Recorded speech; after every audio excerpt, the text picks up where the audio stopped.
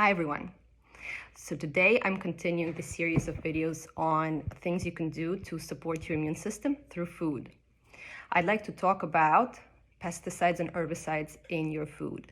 Unfortunately, we are exposed to pesticides and herbicides, basically agents that are used to control weeds and pests while crops are grown. And then it's sprayed on all of the foods that we then end up eating.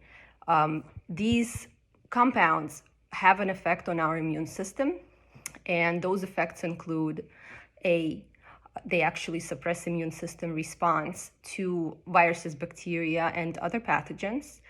B, they disrupt gut flora. They also disrupt absorption of vitamins and minerals, which further weakens your immune system and overall health, as well as they contribute to leaky gut or permeable gut lining, which in itself is an issue because that contributes to further development of chronic health issues.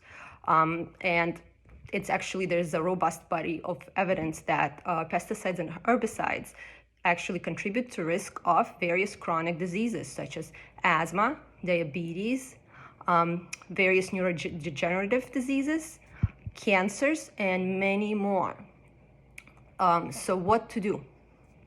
One of the most obvious things to do is to reduce pesticide herbicide exposure is to consume organic produce as much as possible, because organic produce, even though they're not completely pesticide free, but usually that is much more tightly regulated, and the pesticides that are used are not as dangerous and don't have so many health effects as the conventional produce.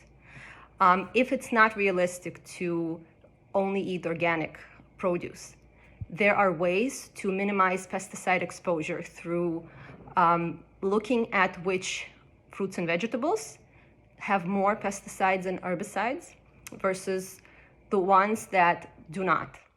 One great resource that I would recommend for you to look at is Environmental Working Group website that has a list of most contaminated produce that they update every year, and they also have a list of the cleanest produce that, fruits and vegetables that contain the least amount of pesticides when conventionally raised ones.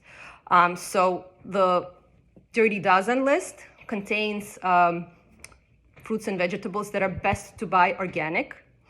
And then the Clean 15 list contains fruits and vegetables that are better, you have less risk of exposure, or you're exposed to fewer pesticides, so it's okay to buy conventional. So Dirty Dozen includes fruits and vegetables such as spinach, strawberries, blueberries, grapes, nectarines, kale. And then Clean 15 contains fruits and vegetables such as avocados, onions, asparagus, eggplant, and some other ones. So I really recommend for you to look at that list. Another option to reduce pesticide exposure is to buy local produce. Usually fresh local produce will contain fewer pesticides, especially if you get to know the farmer and the farm. They can be pretty open with how much they use or whether they use pesticides and herbicides. It doesn't even have to be certified organic. Many times farmers will be more sustainable. They will and then they just don't have the ability to apply for the organic certification. Products or produce that are sold at the supermarkets usually will contain more pesticides, herbicides, and even fungicides or things that they apply on the surface to make them to prevent them from spoiling, so that they stay on the supermarket shelves for a longer period of time. So fresh local produce is of course better. What else can you do?